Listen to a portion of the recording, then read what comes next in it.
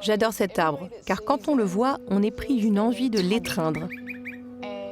Il y a même des gens qui essaient de voir combien de personnes il faut pour l'enlacer en se tenant par la main. Cet arbre dégage vraiment quelque chose qui donne envie de le prendre dans ses bras. Au sud du pays, la ville d'Adélaïde. Sa construction a démarré en 1836 sur un simple quadrillage. Ayant pratiqué très tôt la liberté religieuse, elle porte le nom de ville des églises.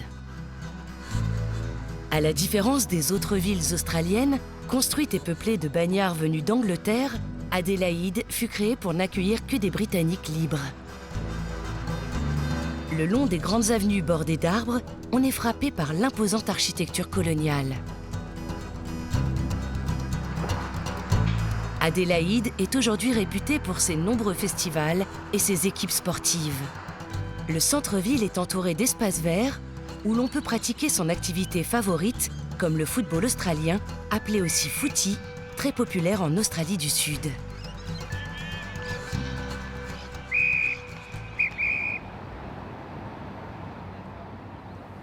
À quelques minutes de marche du centre-ville, se trouve un jardin botanique exceptionnel. Construit seulement 20 ans après l'arrivée des premiers colons, il fait partie de l'identité de la ville. Cet endroit enchanteur possède une collection de plantes provenant du monde entier et organisée par thème.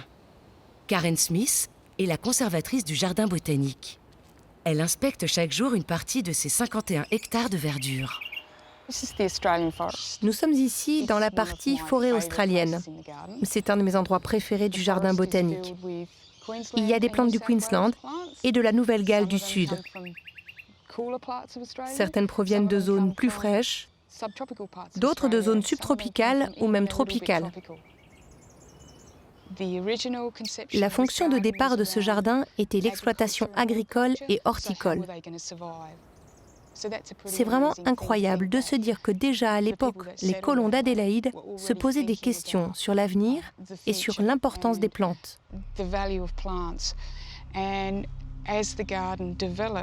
Au fil du temps, le jardin a évolué en même temps que la société.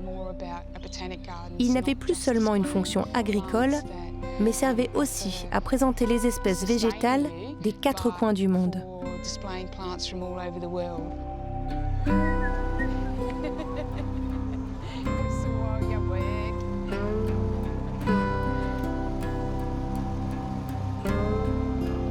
Présenter cette diversité de plantes dans une région aussi sèche, c'est un défi. Car Adélaïde est la ville d'Australie qui possède la pluviométrie la plus basse du pays.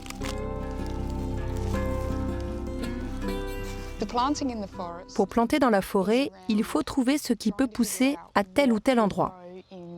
Il y a toujours une part d'expérimentation. Certaines plantes ont besoin du soleil matinal, d'autres du soleil du début ou de la fin de l'après-midi. Il faut donc que j'évalue la parcelle de terre ensoleillée que j'ai à ma disposition et que je trouve quelle plante serait susceptible d'y pousser.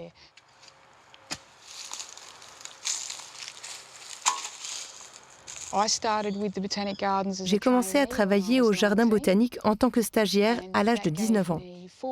J'ai ensuite suivi 4 ans de formation ici.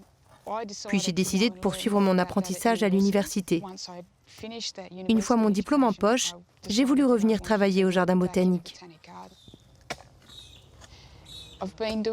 Et cela va faire 30 ans que je suis ici. Chaque jour, je découvre quelque chose de nouveau et d'inattendu. C'est vraiment un boulot parfait car tout évolue. J'en apprends tous les jours et il y a toujours quelque chose pour me surprendre.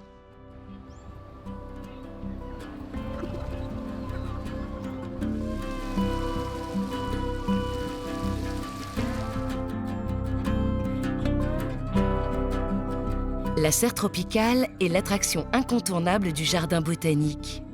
Érigé en 1989 à l'occasion du bicentenaire de la création de l'Australie, on y trouve une grande variété de plantes des forêts humides du nord du pays, de Papouasie et d'Indonésie.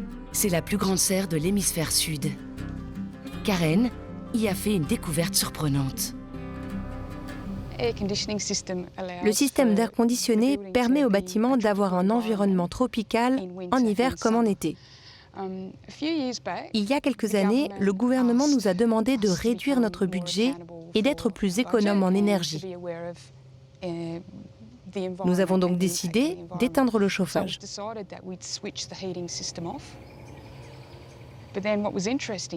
Et là, ce qui était intéressant à observer, c'est qu'un grand nombre de plantes tropicales a survécu même pendant les températures hivernales très basses.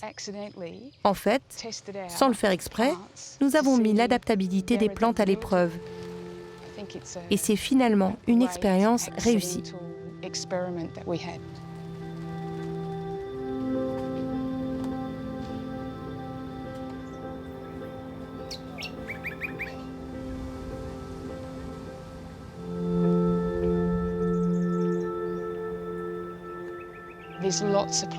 Il y a plein d'endroits dans ce jardin où l'on peut trouver de la tranquillité.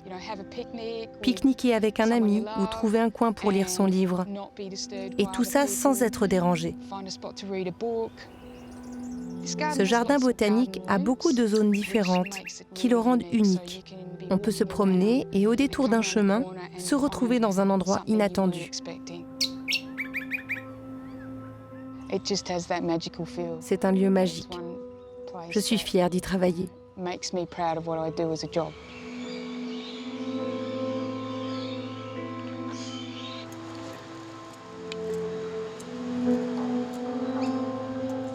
Tous les jours, quand je me balade dans le jardin, j'observe mes arbres.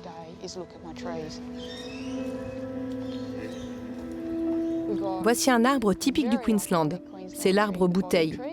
Il stocke de l'eau dans son tronc pour survivre.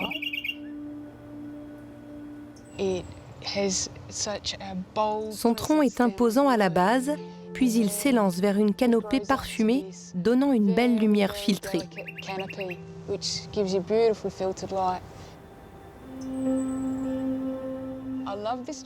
J'adore cet arbre, car quand on le voit, on est pris d'une envie de l'étreindre. Il y a même des gens qui essaient de voir combien de personnes il faut pour l'enlacer en se tenant par la main. Cet arbre dégage vraiment quelque chose qui donne envie de le prendre dans ses bras.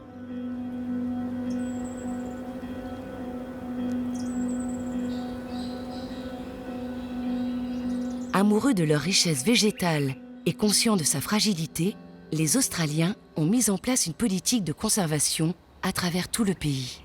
Il existe aujourd'hui de nombreuses zones protégées avec près de 500 parcs nationaux sur tout le territoire.